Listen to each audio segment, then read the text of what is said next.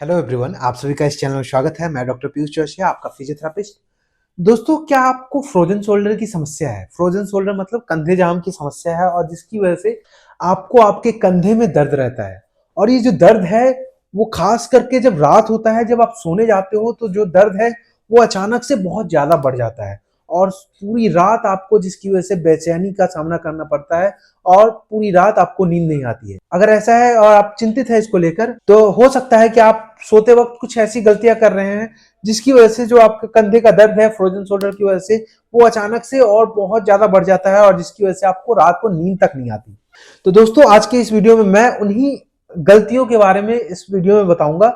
और इन गलतियों को कैसे सुधार के अपने कंधे दर्द की समस्या को, रात को जो कंधा दर्द बहुत ज्यादा बढ़ जाता है उसको कम कैसे कर सकते हैं, उसके बारे में भी डिटेल में बताऊंगा। तो दोस्तों, मेरी आपसे सलाह यही है कि इस वीडियो को बिना स्किप किए हुए अंत तक जरूर देखिएगा और अगर आप इस चैनल में नए हैं तो कृपया इस चैनल को सब्सक्राइब करके बेल आइकन को दबा दीजिए ताकि ऐसे ही हेल्थ रिलेटेड वीडियो का अपडेट आपको मिलता रहे और आप घर बैठे ही स्वास्थ्य लाभ ले सके। दोस्तों, फ्रोजन शोल्डर में होता क्या है कि हमारा कंधा जाम हो जाता है। कंधा जाम होने का क्या कारण है कि हमारे शोल्डर ज्वाइंट की ना, जो हमारा कंधा है उसको स्टेबल रखने के लिए हम मूवमेंट कर रहे हैं तो उसको स्टेबिलिटी प्रोवाइड करने के लिए कैप्सूल्स होते हैं जो कि पूरे शोल्डर ज्वाइंट के अराउंड, कंधे के अराउंड कंधा को है उसको बांध के रखता है, उसको स्टेबल रखता है। तो जब किसी कारणवश हमारे शोल्डर ज्वाइंट के कैप्सूल में इन्फ्लामेशन शुरू हो जाए, इन्फ्लामेशन मतलब स्वेलिंग, सूजन और दर्द शुरू हो जाए, जब इन्फ्लामेशन जब शुरू हो जाती है तो होता क्या है कि जब कैप्सूल है,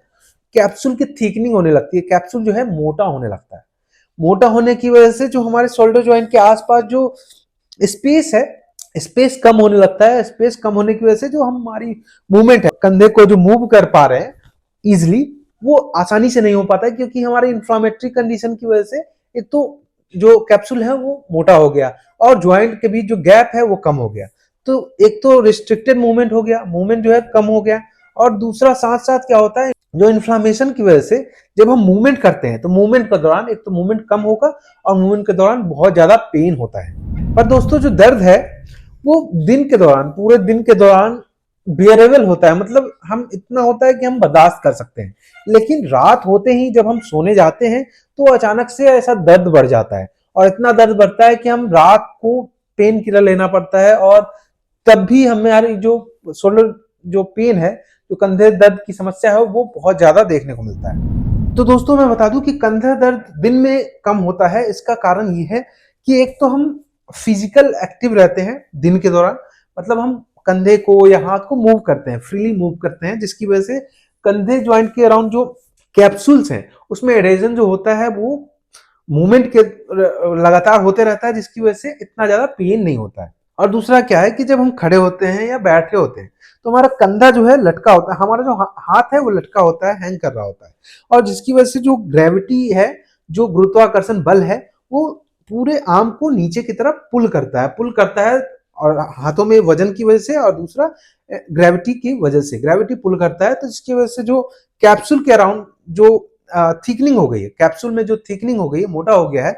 और वो जब ज्वाइंट स्पेस खुलता है, जब नीचे खींचेगा ज्वाइंट स्पेस खुलेगा थोड़ा सा,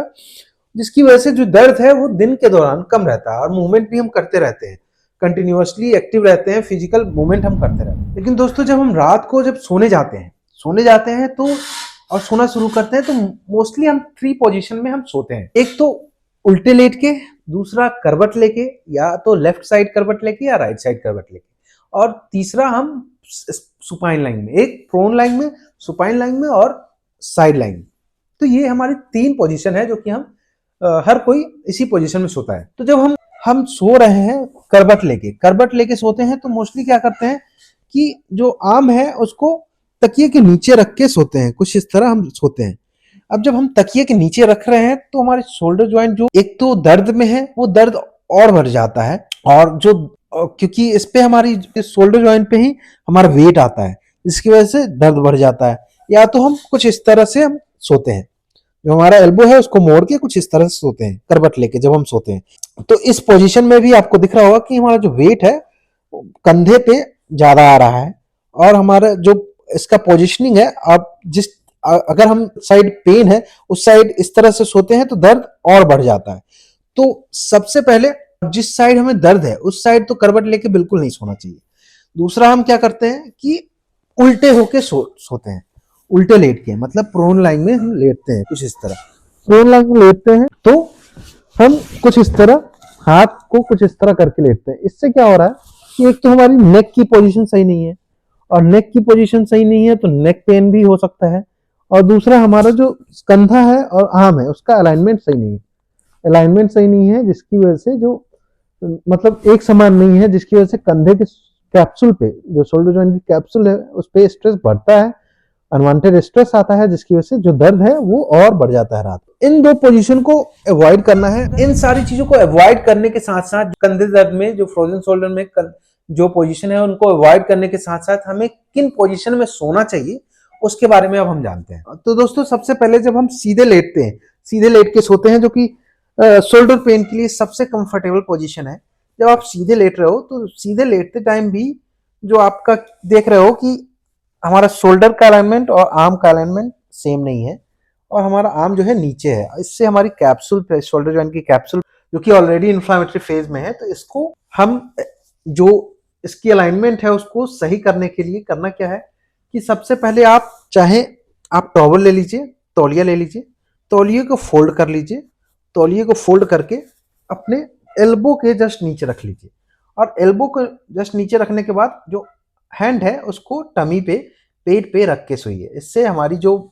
शोल्डर जॉइंट की कैप्सूल्स है शोल्डर जॉइंट पे एक्स्ट्रा स्ट्रेस नहीं आएगा, और हमारा जो दर्द है वो और बढ़ेगा नहीं रात को। तो ये आपको इस पोजीशन को फॉलो करना है। आप टॉवल की जगह पे तकिए का भी इस्तेमाल कर सकते हैं, तकिया ले सकते हैं, और तकिए को अपने एल्बो के कोनी के नीचे रख लेना है, और कोनी के नीचे रखते हुए अभी हैंड को अपने टमी पे रखते हुए और इस पोजीशन में सोना है। आपको दिख रहा होगा कि ये पोजीशन हमारे लिए बहुत कंफर्टेबल है, मतलब शोल्डर पेन में सबसे कंफर्टेबल यही पोजीशन है। दोस्तों दूसरी पोजीशन जिसे हमें सोते टाइम कंसीडर करना चाहिए, जो कि साइड लाइन में है, मतलब जिस तरफ हमें दर्द है उस तरफ करवट लेके तो बिल्कुल नहीं लेटना है, लेकिन उसके अपोजिट हमें दूसरे साइड करवट लेके लेट सकते हैं। लेकिन जब लेट रहे हैं तो आपको देखने को मिल रहा है कि हाथ बिल्कुल ऐसे नहीं रख सकते हमेशा। तो इसके लिए करना क्या है कि आपको एक तकिए की जरूरत होगी। तकिए को कुछ इस तरह हमें रख लेना है अपने सामने, और एक टॉवेल को रख लेना है। टॉवेल को आपको फोल्ड करके, सबसे पहले करना क्या है, टॉवेल को फोल्ड करके अपने एक्जिला के नीचे रख लेना है, बाह के नीचे रख लेना है कुछ इस तरह, और अभी हमें तकिए को सामने रख के और फिर कुछ इस तरह हमें लेटना है। इससे हमारी जो शोल्डर ज्वाइंट का अलाइनमेंट है जो आर्म के साथ वो एकदम सही रहेगा, जिससे हमारी कंफर्टेबल रहेंगी शोल्डर ज्वाइंट, और हमारा जो दर्द है वो नहीं बढ़ेगा। दोस्तों फ्रोजन शोल्डर के केस में जहां रात में जो दर्द है वो बढ़ जाता है शोल्डर में, तो उस दौरान आपको सबसे पहले इन खास बातों का ध्यान रखने के साथ साथ हमें यह ध्यान रखना है कि जब हम सोने जा रहे हैं तो सोने जाने से पहले एक तो बर्फ की सिकाई जरूर कर ले, आइसिंग जरूर कर ले। आइसिंग करने से हमारी जो इन्फ्लामेशन की कंडीशन है, इन्फ्लामेशन जो है, दर्द और सूजन जो है वो कम होंगी, और कम होंगी तो सोते टाइम हमारे लिए ये कंफर्टेबल रहेगा और जो दर्द है वो कम रहेगा। तो यह वीडियो आपको अच्छी लगी होगी और आपकी फ्रोजन शोल्डर की कंडीशन में जहां रात को जो दर्द है वो काफी ज्यादा बढ़ जाता है, इन खास बातों का ध्यान रखते हुए आपके दर्द को कम करने में काफी ज्यादा सहयोगी रहेगी। तो अगर आपको इस वीडियो से रिलेटेड कोई भी क्वेश्चन है, कोई भी क्वेरी है, तो मुझे कमेंट के थ्रू जरूर बताएं। मैं उन क्वेश्चन का रिप्लाई करूंगा। और अगर आपको यह वीडियो अच्छी लगी हो और आपके लिए फायदेमंद रही हो तो कृपया इस वीडियो को लाइक करें, कमेंट करके जरूर बताएं और ज्यादा से ज्यादा शेयर करें। और अगर आप इस चैनल में नए हैं तो कृपया इस चैनल को सब्सक्राइब करके बेल आइकन को दबा दीजिए, ताकि ऐसे ही हेल्थ रिलेटेड वीडियो का अपडेट आपको मिलता रहे और आप घर बैठे ही स्वास्थ्य लाभ ले सके। धन्यवाद।